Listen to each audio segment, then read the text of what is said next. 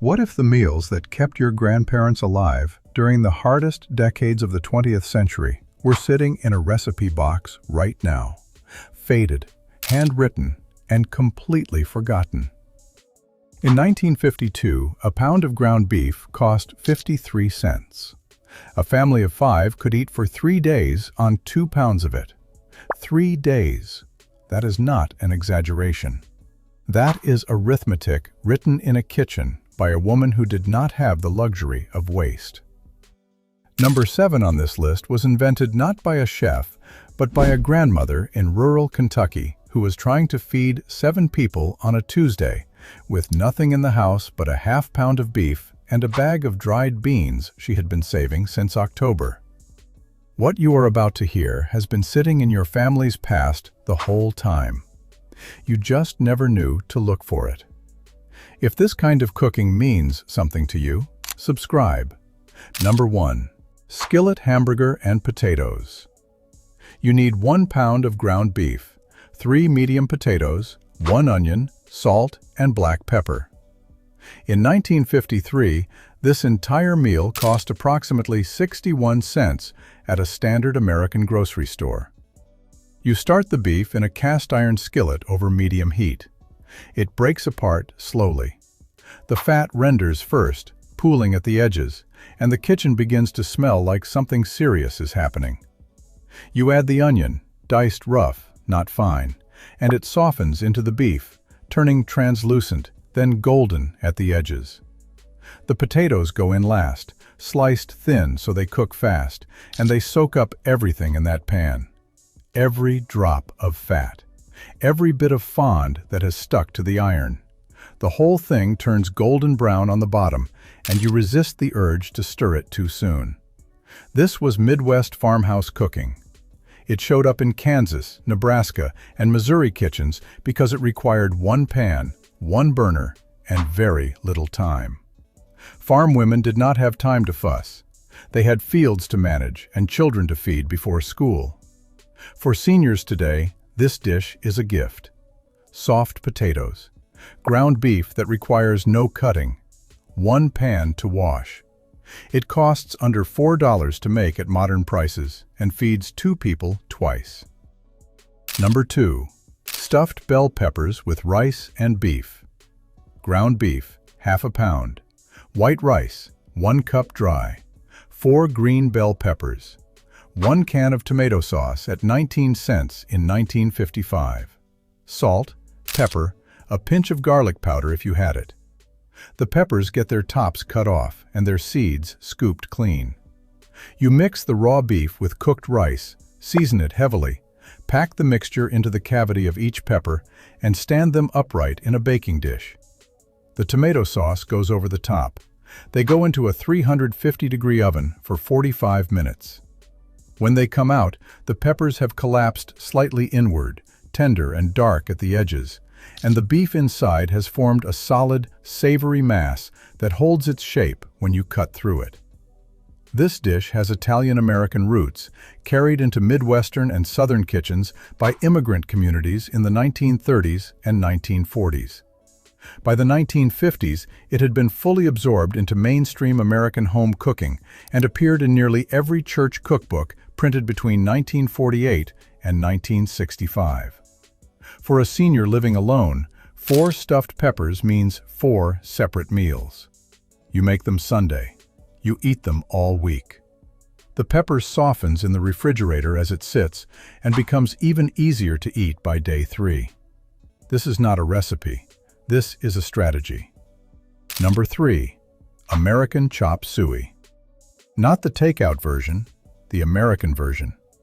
Elbow macaroni, 1 pound. Ground beef, 1 pound. 1 large onion, 1 green pepper, 1 large can of crushed tomatoes. In 1957, this fed a family of 6 for approximately 78 cents total. The beef goes into the pot first. Big pot. Dutch oven if you have it. You brown it hard, not gray, brown, and the smell that comes off it is deep and slightly sweet from the caramelized beef fat. The onion and pepper go in and cook down for 5 minutes. The tomatoes go in next, and the whole thing simmers while the pasta boils in a separate pot. Then you combine them and stir until the sauce coats every piece of macaroni. This is a New England dish, Massachusetts specifically. Greek and Italian immigrants in Boston and Providence made similar dishes in the 1920s, and the version that became American chop suey, a name that has nothing to do with Asian cuisine, was codified in New England school cafeterias by the 1940s.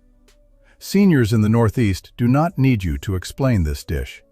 They have been eating it since they were 7 years old.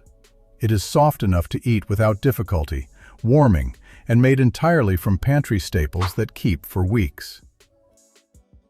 Number 4. Hamburger soup. 1 pound of ground beef, 2 carrots, 2 stalks of celery, 1 can of diced tomatoes, 1 can of green beans, half a cup of barley, and water. In 1956, the entire pot cost 44 cents to make.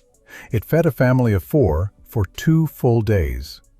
You brown the beef in the bottom of a heavy pot. Drain most of the fat, not all. The remaining fat carries flavor.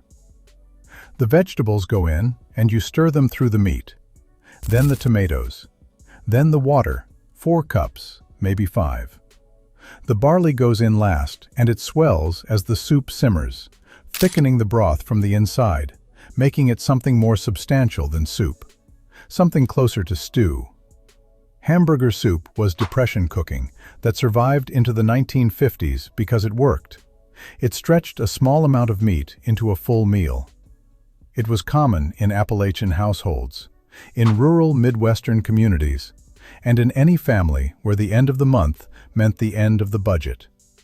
For someone on a fixed income today, a pot of this soup costs under $6 and lasts 3 days in the refrigerator. You reheat it slowly. It gets better each time. That is not a coincidence. That is the barley doing its job. Number 5. Beef and cabbage skillet. Half a pound of ground beef, sometimes less. 1 head of green cabbage, 1 onion. Salt, pepper. Optional, a splash of apple cider vinegar. In 1954, this entire dish cost 29 cents. The beef browns first. The onion follows.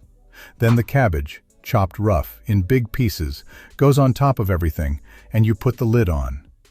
The steam does the work. The cabbage collapses slowly, releasing its liquid, and the whole pan becomes a single, unified thing. The vinegar at the end cuts through the fat and lifts every flavor in the pan. This dish is Eastern European in its bones. Polish, Ukrainian, and German immigrant communities brought versions of this to American kitchens in the early 1900s. By the 1950s, it was as common in Pittsburgh and Cleveland as it was in Warsaw. Cabbage is one of the most nutritionally dense vegetables you can buy for the money. Today, it costs approximately 59 cents a pound. For seniors dealing with a tight grocery budget, this is not a compromise. This is a solution. Number 6. Baked beef and rice casserole. 1 pound of ground beef, 1 cup of uncooked white rice, 1 can of French onion soup, 1 can of beef broth. That is everything. In 1958, this 4-ingredient casserole cost approximately 65 cents and fed 4 people. You mix the raw beef, broken up but not browned, with the dry rice. Pour both cans of liquid over everything, cover the dish tightly with foil, and slide it into a 350-degree oven for 90 minutes. What comes out is extraordinary in its simplicity. The rice has absorbed every drop of that rich, salty, savory liquid. The beef has cooked through and distributes itself in small, soft pieces throughout the rice. The top layer forms a faint crust where the rice touched the foil. This is a 1950s American housewife special. The kind of recipe that circulated on index cards at neighborhood coffee klatches and eventually ended up in community cookbooks printed by PTA groups and church auxiliaries across the country. For seniors, this requires almost no preparation. You mix, You cover, you wait. 90 minutes later, dinner is made, and the leftovers reheat with a splash of water in 2 minutes flat. Here is something nobody says out loud. When we talk about 1950s cooking, we dress it up. We call it nostalgia. We call it retro. We sell it in cookbooks with sepia photographs and linen covers. But the people who made these meals were not making them for nostalgia. They were making them because the alternative was going to bed hungry. There were women in this country in 1952 who could calculate the cost of a meal to within 3 cents. Not because they were accountants, because they had to. Because if they miscalculated, somebody did not eat. That kind of arithmetic leaves a mark. Number 7. Kentucky-style beef and bean skillet. Half a pound of ground beef, 1 can of pinto beans, 1 onion, 2 tablespoons of lard or vegetable shortening, salt, and hot sauce if you had it. In 1951, this meal cost 31 cents in rural Kentucky and fed a family of 4. The lard goes into the pan first, and it shimmers before it smokes. The onion goes in and turns instantly fragrant, sharp and sweet at the same time.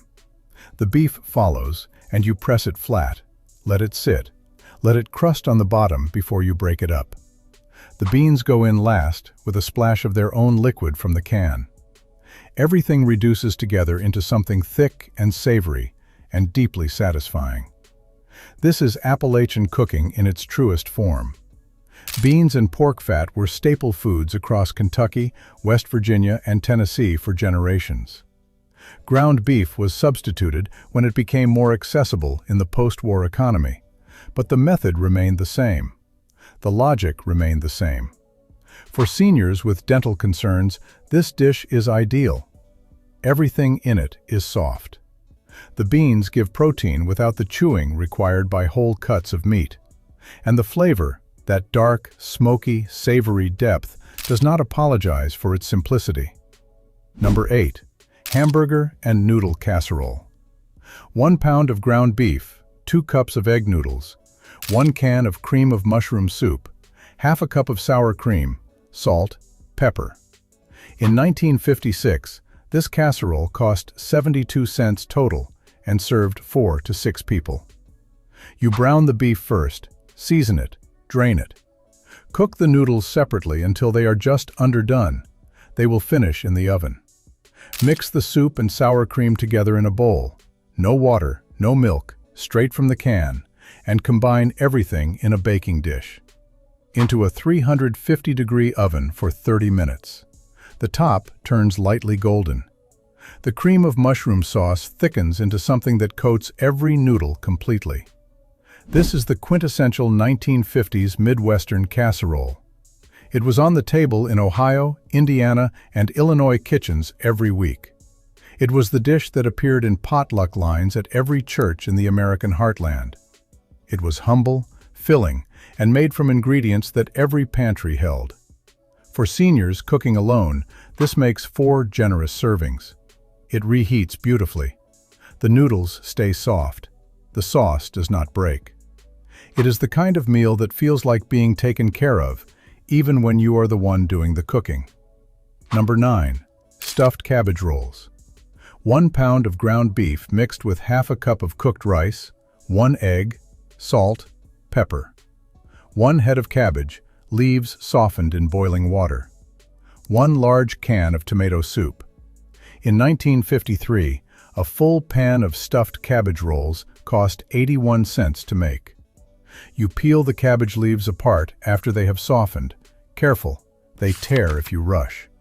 You place a small amount of the meat and rice mixture at the base of each leaf, fold the sides in, and roll it tight. Pack them snugly into a baking dish, seam side down. Pour diluted tomato soup, 1 can of water, over the entire pan. Cover with foil. Bake at 325 degrees for 2 hours. What comes out is soft, yielding, deeply flavored. The tomato has permeated every roll. The cabbage has become tender enough to cut with a fork. This dish is Polish and Eastern European in origin. Gołąbki in Polish, halubki in Slovak. It arrived in American kitchens through the immigrant communities of Chicago, Detroit, and Pittsburgh in the early 20th century, and never left.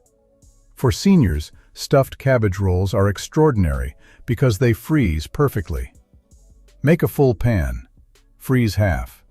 You now have 2 separate meals from one afternoon of cooking. Number 10. Salisbury steak with brown gravy. 1 pound of ground beef, 1 egg, a 1/4 cup of breadcrumbs, 1 packet of onion soup mix, 2 cups of beef broth, 2 tablespoons of flour. In 1959, this entire meal, including mashed potatoes on the side, cost approximately 84 cents. You mix the beef with the egg, breadcrumbs, and onion soup mix until it just comes together.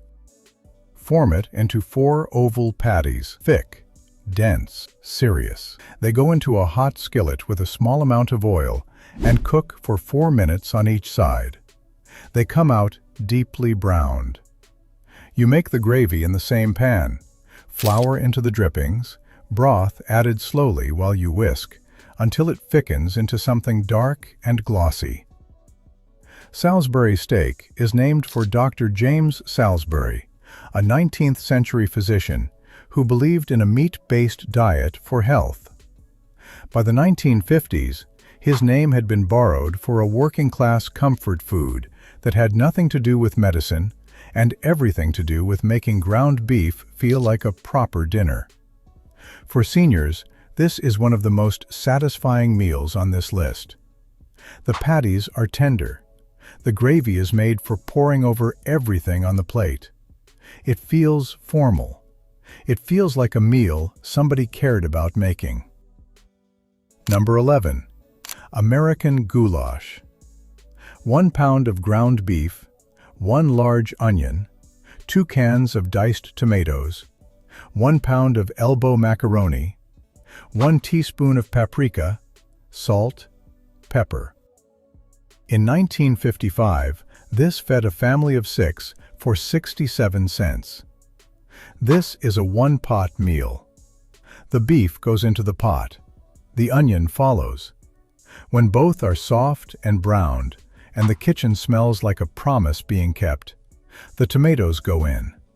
Then the paprika, which blooms immediately in the hot liquid, releasing a deep red color that stains everything in the pot. The dry macaroni goes in last, directly into the sauce, with enough water to cover. It absorbs the liquid as it cooks. American goulash is distinct from Hungarian goulash, though it carries Hungarian immigrant DNA. It entered American kitchens through the Midwest in the 1920s and had been completely domesticated by the time the 1950s arrived. It is sometimes called Johnny Marzetti in Ohio, where a Columbus restaurant owner allegedly first popularized it in the 1920s. Why did we stop making this? Who decided that a one-pot pasta dish that costs under $5 today was not worth remembering? Number 12. Beef and potato hash. Leftover cooked potatoes, diced. Half a pound of ground beef, or leftover cooked beef, which was more common. 1 onion. Butter or drippings saved from the week's cooking. In 1952, this was a zero-cost meal, made entirely from what was already in the house. The fat goes into the pan until it is shimmering. The onion softens. The potatoes and beef go in together, and you press the whole thing flat with a spatula. You do not touch it for 5 minutes. You let a crust form on the bottom. Then you turn it, not perfectly, not in one piece, in chunks, and you let the other side crust. The outside is crisp. The inside is soft. The whole pan smells like Sunday morning. Hash is the dish of resourcefulness perfected. It was eaten across the American working class for the better part of 2 centuries. It appeared in boarding houses, diners, military cookhouses, and farmhouse kitchens in equal measure. No community owned it. Everyone made it. For seniors living alone, hash is the art of turning Monday's leftovers into Wednesday's hot meal. Nothing goes to waste. Every scrap earns its place on the plate. Number 13. Beef taco filling over rice. 3/4 pound of ground beef, 1 packet of taco seasoning, introduced nationally around 1952 by Lowry's, 1 can of tomato sauce, white rice. In 1957, this meal cost approximately 58 cents and stretched over 2 nights easily. The beef browns in a skillet until it is cooked through. You drain it, add the seasoning and tomato sauce, and let it reduce for 5 minutes until the sauce thickens and coats every piece of beef. The smell is cumin and chili, and something faintly sweet from the tomato. It is served over a mound of white rice that absorbs the extra sauce as it sits. Mexican and Tex-Mex cooking had been influencing American home kitchens since the late 1940s, particularly in California, Texas, and the Southwest. The commercial taco seasoning packet was a bridge, a way for mainstream American housewives to access those flavors without growing up in that tradition. For seniors, this is a highly adaptable meal. You can make it mild or spiced. You can serve it over rice, over potatoes, wrapped in a soft tortilla. It reheats perfectly and costs well under $5 at current prices. Number 14. Poor man's stroganoff. 1 pound of ground beef, 1 can of cream of mushroom soup, half a cup of sour cream, 1 medium onion, egg noodles. In 1958, this cost 76 cents total. A proper restaurant beef stroganoff using sirloin cost $4 at the same time. You brown the beef with the onion. Drain. Return to the pan. Add the cream of mushroom soup directly. No extra liquid. Let it simmer and combine for 3 minutes. Take it off the heat before you add the sour cream, because sour cream breaks if you let it boil. Stir it in gently. Serve immediately over egg noodles. The original beef stroganoff was a 19th century Russian dish made with tender beef tenderloin. American families in the 1950s wanted that flavor without the price. Ground beef made it possible. The result is different from the original. It is not worse. It is its own thing entirely. This is the lesson these dishes keep teaching. Necessity does not produce inferior food. Necessity produces adaptation. Adaptation produces new traditions. New traditions become the food your grandchildren miss when you are gone. Hamburger gravy over mashed potatoes. When the paycheck ran thin and the cupboard looked bare, this dish saved countless families from going hungry. Grandma would brown a pound of ground beef in her trusty skillet, letting the fat render out to create the base for a rich, creamy gravy. She'd sprinkle in flour, whisking it into the beef drippings until it formed a golden paste. Then came the magic. Milk poured slowly while she stirred, creating a gravy that could feed 6 people with just 1 pound of meat. The secret was in the seasoning. Salt, pepper, and a dash of garlic powder transformed simple ingredients into comfort food that stuck to your ribs. Ladled over a mountain of mashed potatoes, this meal could silence even the hungriest teenager. The gravy would seep into every crevice of the potatoes, creating a harmony of flavors that made even the toughest times bearable. It was filling, affordable, and most importantly, it made everyone feel loved. Shipwreck casserole. The name might sound strange, but this casserole was anything but a wreck. Created during times when every ingredient mattered, it combined ground beef, noodles, and crushed potato chips into a dish that was both economical and satisfying. The potato chips weren't just a garnish. They were an essential ingredient that added crunch and flavor to every bite. Ground beef formed the protein base, seasoned simply with salt and pepper. Egg noodles provided substance and helped stretch the meat to feed more people. But the real genius was in the topping. Crushed potato chips mixed with a bit of butter and baked until golden. This created a textural contrast that made each forkful interesting. The casserole was assembled in layers, with the beef mixture on the bottom and the chip topping creating a crispy crown. It was the kind of dish that made children excited about dinner, even on the toughest days.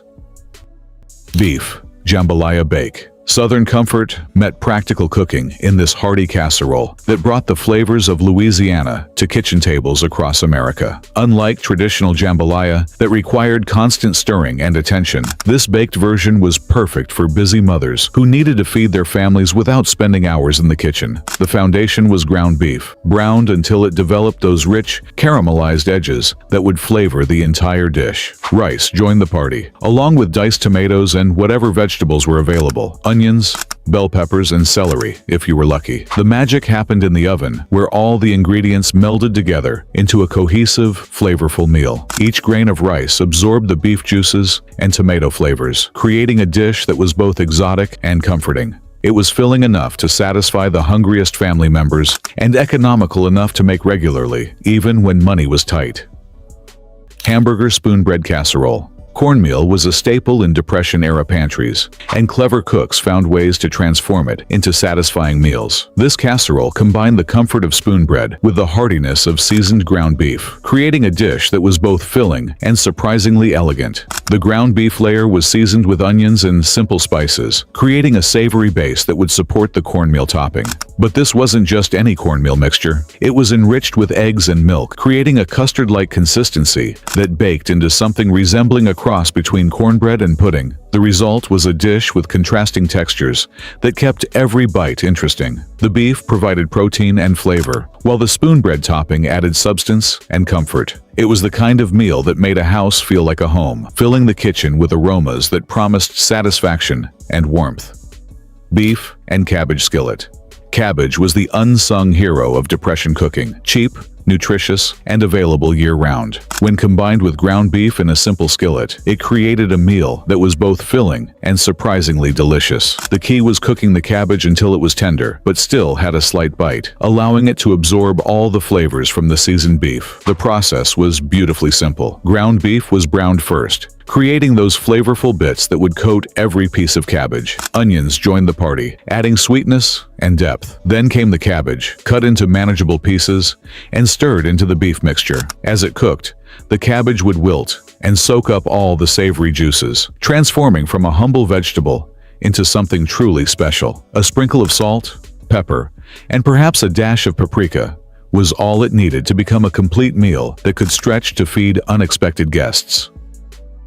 Salisbury steak. Before frozen dinners made Salisbury steak a TV dinner staple, this dish was a way to make ground beef feel like a special occasion meal. The secret was in the preparation, shaping the ground beef into oval patties and cooking them in a rich, onion-laden gravy that made them taste like expensive steaks. The beef patties were seasoned with breadcrumbs, egg, and simple spices, then shaped by hand into portions that looked substantial on the plate. They were browned first to develop flavor, then simmered in a gravy made from onions, beef broth, and whatever seasonings were available. The long, slow cooking process allowed the flavors to penetrate the meat while creating a gravy that was rich enough to serve over mashed potatoes or rice. It was comfort food at its finest, proving that with a little creativity, humble ingredients could create meals that felt luxurious.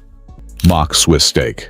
When real Swiss steak was beyond the budget, creative cooks developed this mock version that delivered similar flavors, using ground beef instead of expensive cuts. The trick was in the preparation and cooking method, which transformed humble ground beef into something that felt special and indulgent. The ground beef was formed into thick patties, then dredged in flour, and browned until they developed a crispy exterior. This created the foundation for the mock Swiss steak experience. The patties were then simmered in a rich tomato-based sauce with onions and bell peppers, allowing the flavors to penetrate the meat while creating a sauce that was perfect for serving over rice or mashed potatoes. The long, slow cooking process was crucial. It allowed the tough connective tissues in the ground beef to break down while developing the complex flavors that made this dish special. It was comfort food that fooled no one about its humble origins, but satisfied everyone who tried it. Potato nest casserole. This clever casserole used thinly sliced potatoes to create nests that held seasoned ground beef, resulting in a dish that was both visually appealing and incredibly satisfying. The potato nests weren't just decorative. They were an integral part of the dish that added substance and helped stretch the meat to feed more people. The preparation required patience but was worth the effort. Potatoes were sliced thin and arranged in muffin tins or small ramekins, creating cup-shaped nests that would hold the beef mixture. The ground beef was seasoned with onions and herbs, then spooned into each potato nest. As the casserole baked, the potatoes became tender and golden, while the beef cooked through, creating individual portions that felt special and looked impressive. It was the kind of dish that made ordinary ingredients feel extraordinary, proving that presentation could be just as important as flavor when it came to making a meal feel special.